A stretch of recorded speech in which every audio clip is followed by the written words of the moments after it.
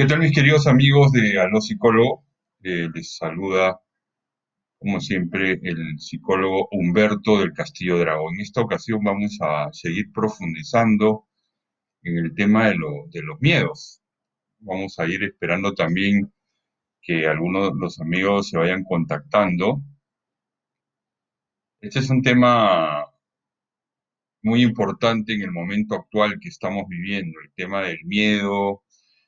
El miedo como tal no es propiamente patológico, es decir, el miedo no es una enfermedad. Lo que vendría a ser una patología es la angustia, es la ansiedad generalizada y es la crisis de pánico. Y eso es algo que vamos a explicar el día de hoy. Les pido a los amigos que me están escuchando que, bueno, vayan por favor compartiendo en sus muros, ¿no? Vayan compartiendo este video para que otra gente se pueda conectar, ya sea en este momento o para que vean el video también un poco después, cuando quieran, porque en realidad pues la ventaja con esto es que el video va a quedar grabado en mi fanpage y en otras páginas, en las páginas que lo pongamos. Bueno, entonces mi nombre es Humberto del Castillo de Drago, yo soy el psicólogo Humberto del Castillo de Drago, soy psicólogo clínico. Nací en el Perú, vivo en Medellín, Colombia, hace ya más de 17 años. Y hace algún tiempo, con algunos amigos, nosotros iniciamos un centro de psicología que tiene la mirada integral del ser humano, que parte de la antropología cristiana, de la antropología católica. Entonces estamos en Medellín, Colombia, y hacemos todo tipo de asesorías psicológicas, terapias psicológicas, y damos también una serie de cursos, de talleres. Tenemos un proyecto psicoterapéutico propio que se llama la psicoterapia de la reconciliación, ¿no? Entonces, lo que vamos a hacer en este momento es hablar un poco de algunas estrategias, ¿no es cierto?, para afrontar el miedo que podemos estar sintiendo, pues, de pronto de contagiarnos, el miedo, la ansiedad, la angustia, el pánico que nos produce, digamos, el encierro. Entonces, a los psicólogos son unos programas que están saliendo los sábados y los martes. Es un programa donde yo hablo un poco, entre 8 y 12 minutos, y después hay un espacio para las preguntas. Es un espacio de máximo media hora, es decir, de 4 de la tarde a 4 y media. Y obviamente si no hay preguntas, pues no hay ningún problema. Justamente el espacio se llama a los psicólogos porque tienen ustedes la oportunidad de escuchar a un psicólogo, que el psicólogo es como que el psicólogo entre en casa y ustedes le puedan hacer una serie de preguntas sobre el tema. Muy bien, entonces el tema del día de hoy es el miedo y cómo podemos enfrentar ese miedo. ¿Y cuál sería entonces la diferencia entre miedo, ansiedad y angustia? Entonces, lo primero, queridos amigos, que quiero decirles es que el miedo no es algo malo. El miedo más bien es una reacción sentimental, una reacción afectiva ante determinado estímulo. Entonces, el miedo no es ni bueno ni malo, el miedo es algo neutral, como decíamos en la conferencia que dicté, digamos, que di el jueves pasado, en el mismo medio, el fanpage. Entonces, miren qué importante, digamos, es que entendamos el miedo como algo, como algo normal, como algo adaptativo, como algo neutral, que no digamos que es bueno o malo. A veces el miedo puede generar malestar, sí. Y cuando va generando malestar es porque entonces el miedo deja de ser miedo y ya se convierte en angustia, en ansiedad, en pánico. Entonces el miedo es una emoción primaria, es una reacción sentimental. Si en este momento, digamos, comienza a haber un temblor aquí en Medellín y esto comienza a temblar, yo voy a sentir miedo, ¿no es cierto? Y si comienza a complicarse, pues yo probablemente cancele pues el programa, ¿no? Porque se me puede caer el techo encima o qué sé yo. Entonces el miedo es una emoción primaria, la emoción no es ni buena ni mala, es algo neutral, ¿cierto? Que puede o no generarme malestar. Si mañana me dicen que tengo un primo pues con cáncer, obviamente que yo me va a dar miedo, obviamente que me va a dar tristeza, eso es normal, o sea, esa respuesta afectiva, esa respuesta sentimental es absolutamente normal. Entonces tú en este momento, en plena pandemia mundial, tienes miedo de contagiarte, tienes miedo de que tu esposo está saliendo a trabajar y que te contagie y contagien a todos. Ese miedo es absolutamente normal. ¿Y por qué? Porque el miedo está enfocado a algo concreto, a algo particular. El miedo es cuando yo tengo miedo, pues, de contagiarme. Yo tengo miedo de que se destruya el mundo. Yo tengo miedo, digamos, de que un amigo se contagie. Yo tengo miedo de morirme. O sea, el miedo es hacia algo particular. El miedo tiene un objeto concreto. La gran diferencia más bien con la ansiedad es que la ansiedad es algo vago, algo abstracto. La ansiedad generalizada es un miedo a todas las cosas, digamos, y por eso se habla de ansiedad generalizada. Y esta ansiedad tiene un componente físico importante cuando se vuelve pánico, ¿no? El pánico, digamos, ya es algo físico porque yo me asfixio, porque yo me ahogo, porque siento como un hormigueo en el cuerpo, etcétera, ¿no? Entonces eso es importante. Bueno, entonces a los amigos que nos están escuchando, les pido que me vayan diciendo si se nos escucha bien. Les voy pidiendo también que vayan compartiendo, ¿no es cierto? Voy a hablar unos 5 minutos y ya. Pueden ir haciendo sus preguntas también en este momento, ¿no? Las preguntas obviamente que van a hacer en este momento es sobre lo que hemos hablado en este momento, ¿no? Primero hemos hablado del miedo, hemos hecho la diferencia entre el miedo y la ansiedad, entre el miedo y el ataque pánico, ¿no? El ataque pánico pues es algo más, ¿cómo se llama? Es algo, el ataque pánico es algo más físico, ¿no? Aquí nos están saludando desde, desde Ecuador, Alfredo Alonso. Muy bien, muchas gracias. Muchas gracias por el saludo, por reportar sintonía. Siempre es bueno, claro, porque uno no se siente hablándole a nadie, uno no sabe si alguien lo está escuchando o no. Igual uno habla porque sabe que en algún momento lo van a escuchar, sea, sea en este momento, o sea después, ¿no? Entonces, muy importante que vayan pensando también, queridos amigos, en sus preguntas. Muy bien, entonces miren, yo he estado pasando por las redes algo que he llamado 10 tips para enfrentar el miedo en tiempos de pandemia. Hace como unas 2 semanas hice 10 tips, es decir, 10 recomendaciones para enfrentar el aislamiento social que varios de nosotros estamos empezando y que ahora buena parte del mundo está. Ahora los tips son para enfrentar el miedo. Entonces yo les recomiendo a las personas que todavía no lo tienen, pueden entrar ahí a mi fanpage o al fanpage del Centro Arete, ¿cierto? Y leer esos 10 tips.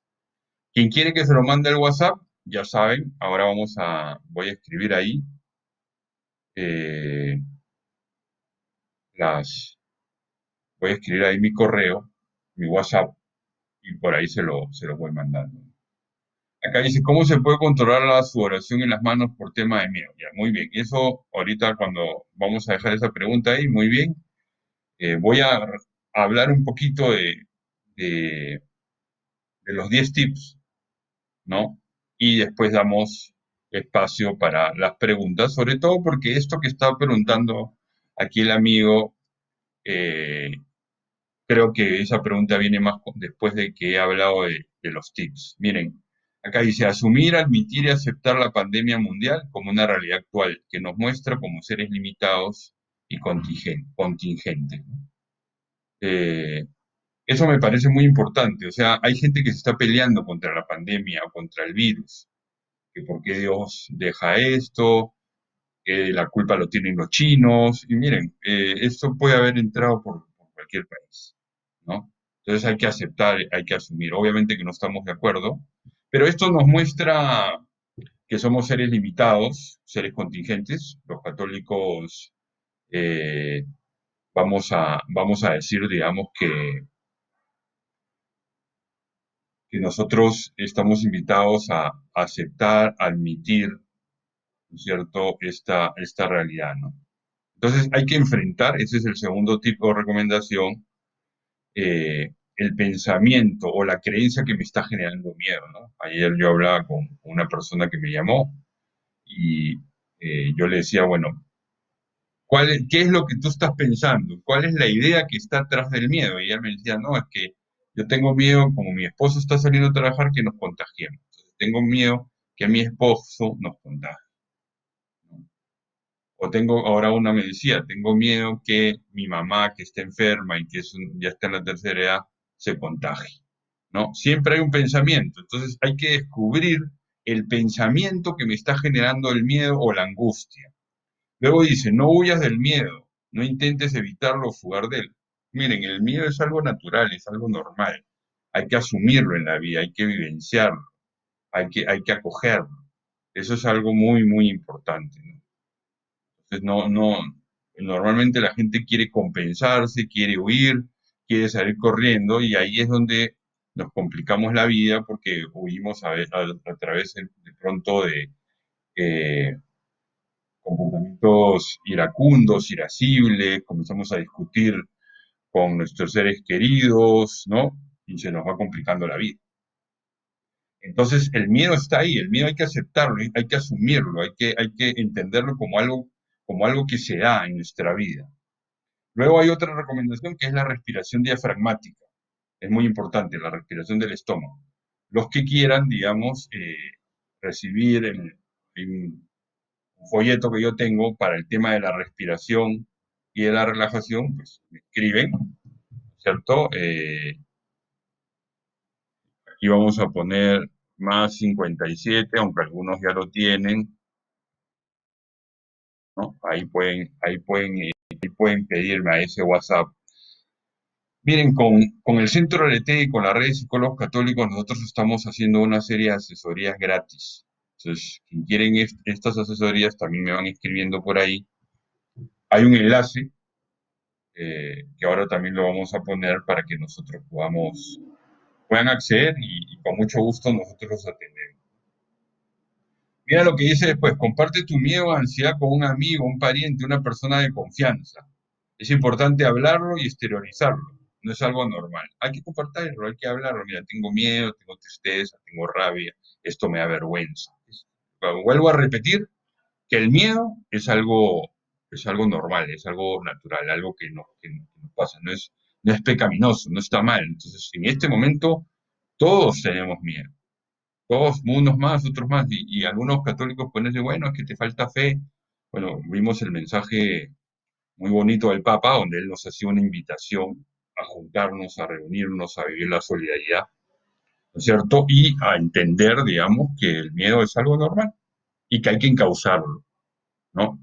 Si uno tiene fe, si uno confía en Dios, si uno sabe que estas cosas pasan, bueno, entonces uno obviamente va a sentir menos miedo. Entonces, revisen ahí los 10 tips para enfrentar el miedo en tiempos de pandemia.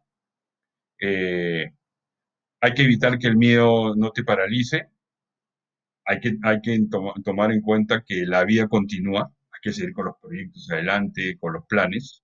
Y una última recomendación, ya para pasar a las preguntas, sería muy importante que todo el tiempo, que haya un tiempo en tu día, que te sientas a compartir con tus amigos, con tus familiares, que hables con uno, que hables con otro, ¿no? Ahora, hablaba ayer con una señora, dice que a ella le da mucho miedo y que ya se dio cuenta que le da miedo porque después que acababa toda la jornada con sus hijas y todo, se ponía a ver las noticias. No podía dormir, se ponía muy ansiosa, se ponía muy iracunda, esperaba al marido, etc. Entonces no hay que ver tantas noticias, hay que ser objetivos. Obviamente no podemos huir de la realidad, porque estamos en una pandemia mundial, es un tema complejo, en el que si somos católicos, creo yo que hay que orar mucho, pidiéndole a Dios que él haga que cese esta pandemia, pero nada gano yo obsesionándome con una visión catastrófica de la realidad, que se va a acabar el mundo, que me voy a morir, que se va a morir este, que se va a morir el otro, que me voy a contagiar. Miren, estamos en manos de Dios. Y como decía también el jueves, nosotros tenemos que hacernos la pregunta, ¿por qué ha sucedido? No, no tanto por qué ha sucedido esto, sino para qué. Hay que aprovechar esta circunstancia, hay que aprovechar, hay que ver esto como una oportunidad, ¿no? Entonces, me parece que es muy importante. Muy bien, entonces ahora sí, amigos, vamos a tener tiempo para las preguntas. Algunos ya han estado preguntando, muy bien, sigan preguntando por acá y en este momento yo comienzo a resolver entonces las preguntas. Efectivamente, miren, aquí, para los que quieren una asesoría psicológica gratuita, ahí les he puesto un enlace. Inscríbanse ahí, pongan todos sus datos. Por más que algunos les hemos puesto que pongan su código, algunos no lo ponen. Entonces es más complicado ubicarlos. Facilítennos el trabajo, por favor, para ubicarlos rápido. Bueno, acá Alfredo Alonso dice, ¿cómo podrías controlar los pensamientos para no pasar del miedo a la ansiedad? Por ejemplo, sentir miedo de contagiarme o a mi familia es normal, pero tener pensamientos constantes de que si salía a botar la basura, no sé si lo que más toque estuvo contaminado, si me lave correctamente las manos y si no lo hice bien. Bueno, es que mira, eh, ahí lo que hay que hacer es confrontar esos pensamientos. No, no necesariamente evitarlos, sino confrontarlos. Es decir, debatirlos. Si tú te estás lavando las manos, si tú tienes desinfectante, si tú te has cuidado, no necesariamente te vas a contaminar, ¿no? Entonces ahí hay que debatir, hay que confrontar, hay que pensar distinto, hay que ampliar el pensamiento, hay que tener un pensamiento eh, positivo, diferente, alternativo. En términos católicos podríamos decir un pensamiento evangélico, ¿no? No sé si te respondí la pregunta, si no, me puedes repreguntar. Aprovechemos, tenemos unos más o menos unos 10 minutos para que sigan haciendo preguntas. ¿Ok? Vayan haciendo sus preguntas, por favor. Pónganlas aquí en el chat, ¿no? Eso es muy importante. Acá hay otra pregunta que dice, ¿cómo se puede controlar la sudoración en las manos por tema de miedo? Miren, eso es algo físico. Yo tengo un paciente que le suda mucho las manos, porque obviamente se pone muy ansioso. Entonces, ¿qué te recomiendo? Muchos ejercicios de respiración, respiración diafragmática, respiración abdominal. Y también hay que hacer mucha relajación, respiración y relajación. Yo tengo un amigo que sudaba mucho, pero mucho es mucho, y le daba mucha vergüenza cuando daba la mano, ¿no? Entonces él se operó, pues inclusive la EPS de salud aquí en Colombia le aprobó esa operación, no tuvo que gastar nada, porque él sudaba demasiado, pero eso era casi que, no me acuerdo cómo se llamaba lo que él tenía, podríamos decir que es una enfermedad, o, sea, o digamos algo ahí, algo más físico, no sé si es una enfermedad, y me corrigen los médicos, pero eh, respiración, relajación, ¿no? Y si yo hago una reestructuración cognitiva, que es la mejor terapia para todo lo que es estado de ánimo, eso obviamente va a tender a ayudarme a estar más tranquilo y más sereno, ¿no? Ahí, queridos amigos, ya tienen mi WhatsApp, porque por si quieren los ejercicios de respiración y relajación. Más abajo en el chat también ya está el enlace para las personas que quieren inscribirse en terapias, ¿no? Y bueno, acá hay más preguntas. ¿Cómo saber si una persona es ansiosa por momentos o si tiene una ansiedad generalizada? Ah, bueno, esa es una pregunta interesante la que nos hace Fabiola. Miren, yo creo que el tema de la personalidad ansiosa tiene que ver mucho también con la herencia. Es decir, si mi madre es una persona que tiene miedo, que es ansiosa, que tiene una personalidad ansiosa, pues probablemente yo de niño también aprenda esa ansiedad. Porque las emociones primarias uno las aprende y la desaprende, ¿no? Entonces, ahí hay una cuestión genética, hereditaria, digamos, que puede venir de familia, ¿no? Entonces, yo no llamaría a una persona que es ansiosa por momentos. Yo diría que es una persona que tiende a la ansiedad, ¿cierto? Porque coloquialmente, como se dice, es nerviosa o tiene mucho miedo, es una personalidad ansiosa, pero no necesariamente tiene una ansiedad generalizada. Es que la ansiedad generalizada ya es un trastorno, ¿no? Es la persona que no se puede concentrar, ¿no? Es la persona que tiene pensamientos ansiosos y recurrentes, es la persona que tiene miedo a morirse, etcétera, ¿no? Ahí hay unos síntomas, digamos, que hablan exactamente de la ansiedad generalizada. Entonces, una cosa es que yo sea ansioso, en general, puedo ser ansioso, tener una personalidad ansiosa. Y otra cosa es que ya tenga el trastorno de ansiedad generalizada que tiene unos síntomas claramente, ¿no? Dice, ¿por qué el miedo se vuelve paralizante? El miedo se vuelve paralizante cuando ya se transformó en una angustia, cuando ya se transformó, digamos, en una ansiedad, en un pánico, entonces me paraliza, ¿no?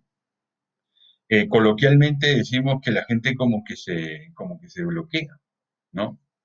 Y la ansiedad puede generar una taquicardia, la ansiedad puede generar un ahogo, una asfixia, etcétera, ¿no? Entonces, por eso es que el miedo cuando se transforma en algo un poquito más patológico, como la crisis de pánico, eso es lo que me paraliza, ¿no? ¿Qué tipo de relajación? Bueno, escríbeme a mi WhatsApp y yo con mucho gusto te mando el folleto. Es una relajación, es la relajación de Jacobson. Esa es la que muchas veces se usa en la terapia clínica, ¿no? La de Jacobson. Pero yo te puedo enviar el folleto. Muy bien, muchas gracias por todas las preguntas que están llegando, muy interesante. Tenemos todavía algunos minutos, así que aprovechen. Acuérdense que este programa de media hora se llama Aló Psicólogo justamente para que tú puedas hacer tus preguntas, para que tú puedas participar, porque a veces tenemos muchas preguntas, ¿no es cierto? Y no sabemos a quién hacérselas. Así que yo padezco de ansiedad generalizada y ataque de pánico, y en estos días lo más difícil es controlar los pensamientos. Cada vez que siento algo raro en el cuerpo, pienso que es el coronavirus. Y al pensar así se intensifican los síntomas. ¿Qué puedo hacer para controlar estos pensamientos? Mira, en primer lugar, respiración diafragmática. Respiración diafragmática. Segundo lugar, relajación. No sé si tú has recibido psicoterapia. Sería muy interesante que busques el enlace que tenemos ahí para recibir un entrenamiento en eso. No sé si está a tu alcance también de pronto que te enseñen un poco de terapia cognitivo-conductual. Porque mira, hay una situación, hay un hecho, un acontecimiento. Entonces, por ejemplo, te comienza a doler la cabeza. Entonces, pensamiento, me voy a morir, tengo coronavirus. Emoción, miedo, ¿no? Entonces, ante esa situación tú la generas con esos pensamientos que son catastróficos. Entonces, lo que hay que hacer es confrontar, cambiar esos pensamientos catastróficos. Situación, me duele la cabeza, ¿no es cierto? Pero me duele la cabeza, pues, no necesariamente porque tengo esa enfermedad, me puede doler la cabeza por muchas razones, por mil razones o más, ¿no? Entonces, para no controlar tus pensamientos, encauzarlos, encaminarlos, confrontarlos, cambiarlos, modificarlos, pensar distinto, tener un pensamiento distinto. ¿Por qué tienes que pensar de esa manera catastrófica? ¿No? Muy bien, acá hay otros, sigan preguntándonos, por favor. ¿Es verdad que si al momento de nacer hubo traumatismos, por ejemplo, nacer por cesárea, estas personas pueden ser miedosas o inseguras? Mira, bueno, es interesante esa pregunta y tenemos unos 5 minutitos más para que hagan más preguntas, por si acaso. Miren, eh, lo que tú estás afirmando, lo que estás diciendo, hay que tomarlo con pinzas en un sentido, porque no todos los que nacen por cesárea van a nacer con miedo o inseguros. Es verdad que el bebé, que desde que está en el vientre de la madre, él comienza a percibir y a sentir una serie de cosas. Ya está vivo, que es una persona distinta. Es verdad que también el momento del parto podría ser un hecho traumático, puede ser un momento fuerte, ¿no es cierto?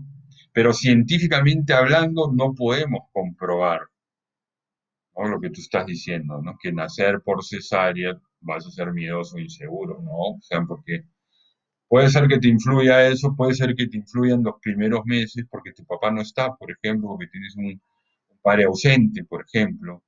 O puede ser que tu madre también te transmita esa inseguridad y esos miedos, ¿no? Entonces, en psicología hablamos de los factores predisponentes, factores que te predisponen para la depresión, para el miedo, para etcétera, ¿no? Pero muy interesante esa pregunta. Acá hay otra pregunta que dice, los miedos por la pérdida laboral continua, ¿qué poder hacer? No, no entiendo bien esa pregunta, o sea, como que tienes miedo porque te van a echar del trabajo, eso es lo que Luis nos está preguntando, a ver si nos aclaras un poquito eso para entender. O sea, a ver, los miedos, el miedo es una reacción sentimental, ya lo hemos dicho, es una emoción primaria. La angustia, la ansiedad es un miedo que no tiene objeto, ¿no? Entonces, aparte del miedo y de la ansiedad o de la angustia, ¿no es cierto? A veces hay lo que son pensamientos obsesivos. El pensamiento obsesivo es un pensamiento involuntario y lógico, que viene de la nada, que no parte de una situación. Esa es la gran diferencia con un pensamiento ansioso.